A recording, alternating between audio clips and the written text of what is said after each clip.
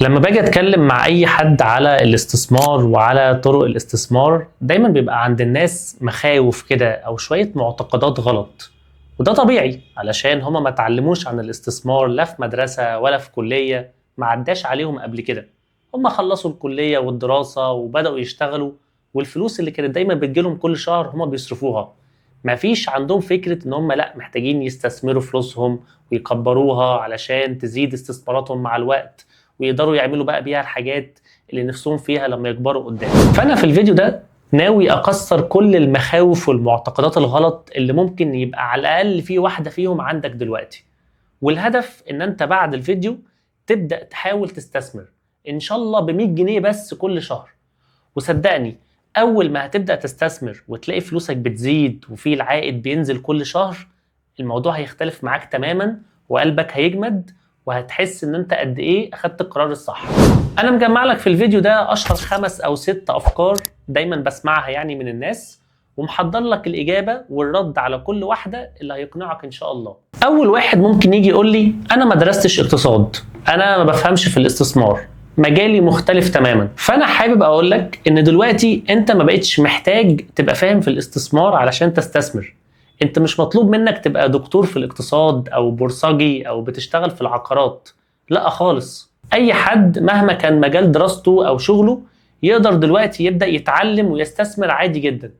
وحتى لو هو ما عندوش وقت يتعلم، ممكن فلوسه يبدأ يحطها في صناديق استثمار، وهيلاقي العائد بيجيله كل شهر وهو حاطط رجل على رجل. وانا هنا مش بكلم الناس الخبراء او رجال الاعمال، لا انا بكلم الناس الموظفة عادي جدا، الناس اللي بتشتغل في شركة وبتاخد مرتب اخر الشهر ومن المرتب ده بتصرف بيه على حياتها. هم دول اكتر ناس محتاجين يستثمروا علشان ما يقعدش 20 او 30 سنة شغال وكل الفلوس اللي بتجيله عمال يصرفها، ويجي في الاخر خالص ما يلاقيش ان هو عنده غير المعاش اللي مش هيكفيه يعمل بيه اي حاجة.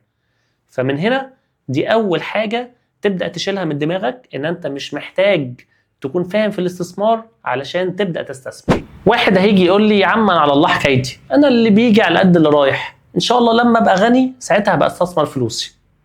ده محتاجين نعرفه ان اللي بيقوله ممكن كان بيحصل زمان لكن مش بيحصل دلوقتي. زمان كان فعلا الناس الاغنياء بس هم اللي بيستثمروا ويحطوا بقى فلوسهم في اسهم وعقارات وغيره، لكن دلوقتي الموضوع اختلف تماما. دلوقتي اي حد يقدر يستثمر بمبالغ بسيطة جدا علشان التكنولوجيا والابليكيشنز اللي بقت موجودة. اي حد يقدر من خلال موبايله يقدر يحط فلوسه في استثمارات مختلفة وبارقام قليلة قوي. هديك امثلة. انت ممكن تبدأ تستثمر في صناديق استثمار من اول 1000 جنيه، ممكن تبدأ تشتري اسهم والسهم يكون ثمنه اقل من 10 جنيه. اقول لك على مثال حصل معايا. انا اشتريت مرة سهم كان ثمنه ربع جنيه، ربع جنيه السهم. اشتريت ب 100 جنيه 400 سهم. السهم زاد من ربع جنيه بقى بنص جنيه، يعني ضعف الثمن. فال 100 جنيه اللي انا كنت حطيتها بقت 200 جنيه. يعني تخيل، انا قعدت بقى اقول يا لو انا حطيت مثلا 50,000 جنيه ساعتها في السهم بربع جنيه ده، شوف كنت هشتري كام سهم وكنت حققت مكاسب قد ايه. هي دي الفكرة اللي بقولها لك، ان انت بمبالغ بسيطة جدا تقدر تبدأ تستثمرها دلوقتي. وعايزين نغير بقى العقلية، ان انت مش تستنى لما تبقى غني عشان تستثمر، انت تبدأ تستثمر دلوقتي علشان تبقى غني. في واحد تالت بقى مرة قال لي انا مش عارف احدد استثمر في ايه، مش عارف ايه اكتر نوع استثمر فيه ويبقى هو ده اللي يجيب لي اكبر عائد. ده محتاج يبقى عارف حاجة بسيطة قوي، ان مفيش حاجة واحدة الناس هتجمع عليها، مفيش نوع استثمار كله هيقول لك بس هو ده اللي انت تختاره. لا، هو على حسب مجالاتهم. يعني اللي بيشتغل في العقارات هيقول لك العقارات دي احسن حاجة، اللي بيشتغل في البورصة هيقول لك الاسهم احسن حاجة، اللي بيشتغل في البنك هيقول لك تعالى حط فلوسك عندنا، ولا هيقول لك الذهب، ولا هيقول لك الكريبتو، ولا هيقول لك فوركس، ولا هيقول لك عملات مشفرة و يعني عد زي ما انت عايز. فاحنا في الاستثمار ما بنمشيش بمبدأ اللي هو يوم ما تنشن لازم تصيب، لا هي ما بتجيش كده. احنا بنمشي بمبدأ التنويع، ان انت ما بتحطش البيت كله في سلة واحدة، احنا بننوع. ممكن تحط جزء من فلوسك في اسهم، تحط جزء من فلوسك في ذهب، تحط جزء من فلوسك في عقارات، يعني بتبقى مختلفة. وهتلاقي في سنة حاجة كسبت حققت عائد كبير جدا، السنة اللي بعدها حاجة تانية هي اللي كسبت وحققت عائد أكبر، يعني بتختلف كل سنة.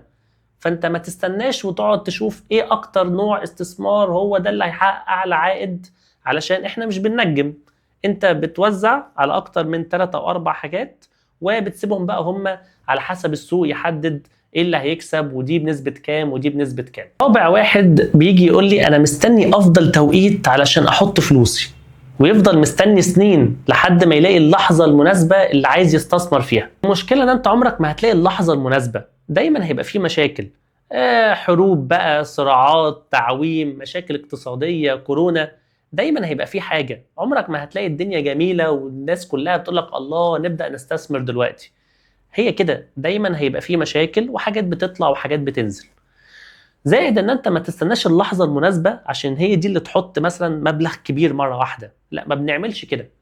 الاستثمار انت بتقطع المبلغ وبتحط جزء صغير من الفلوس كل شهر مبلغ، وكل شهر ده ايا كان بقى السوق عامل ازاي، كويس مش كويس، الاسعار حلوه الاسعار وحشه، انت بتحط كل شهر مبلغ صغير، ومع التراكم مع العائد اللي بينزل تلاقي الفلوس عماله تتضاعف مع الوقت. هي دي السر في التركايه في الاستثمار، ان انت ما يبقاش لوكشه واحده لحظه واحده وخلاص، بيبقى فترات كتير قوي، والتراكم هو اللي بيعمل العائد الحقيقي في الاخر. خامس واحد بقى اللي بيخاف من الخساره. يا عم استثمر فلوسك، لا يا عم انا خايف اخسر. طب ما انت فلوسك دي هتعمل فيها ايه؟ ممكن تلاقيه سايبها في البيت، او اخره يبقى حاططها في حساب توفير. لازم تبقى فاهم ان انت فلوسك دي بتخسر كل سنة ما لا يقل عن 15%. دي نسبة التضخم اللي هي معلن عنها والرسمية. يعني لو انت كان معاك 1000 جنيه السنة اللي فاتت ومحوشهم، اعتبر فيه 15% راحوا كده منها في السنة الجديدة، وهكذا كل سنة فلوسك قيمتها بتقل. فانت لو مش عايز تستثمر علشان تحقق بقى مكاسب وتبقى غني يعني والناس دي، لا، على الاقل استثمر علشان تحمي فلوسك من التضخم وتحافظ على قيمتها. طيب ما انا اعمل ايه برضه، ما انا خايف اخسر فلوسي. هنا هقول لك ان في انواع مختلفة من الاستثمار بدرجات خطورة مختلفة. يعني في استثمارات بخطورة عالية ودي ممكن تعمل ربح عالي، وفي استثمارات تانية الخطورة تكاد تكون صفر، تبقى منخفضة جدا. فانت لو انت خايف تخسر فلوسك، خلاص حط فلوسك في مصادر تبقى الخطورة بتاعتها قليلة جدا، تعرف تعمل منها عائد كويس برضو. الحاجات اللي نسبة الخطورة فيها منخفضة دي بتبقى حاجات مستقرة نوعا ما وما فيهاش تقلب في الأسعار عالي.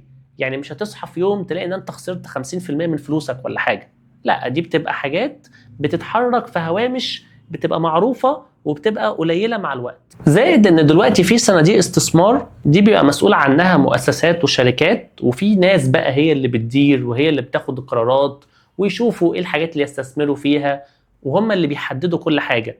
فانت تبقى شلت اي خطورة من عليك وسيبهم هم اللي يتعاملوا، وخليك عارف ان مفيش صندوق استثمار بيخسر. دايما اي صندوق استثمار بيحقق مكسب علشان المؤسسة تكسب ويوزعوا عائد على الناس اللي بتستثمر معاهم.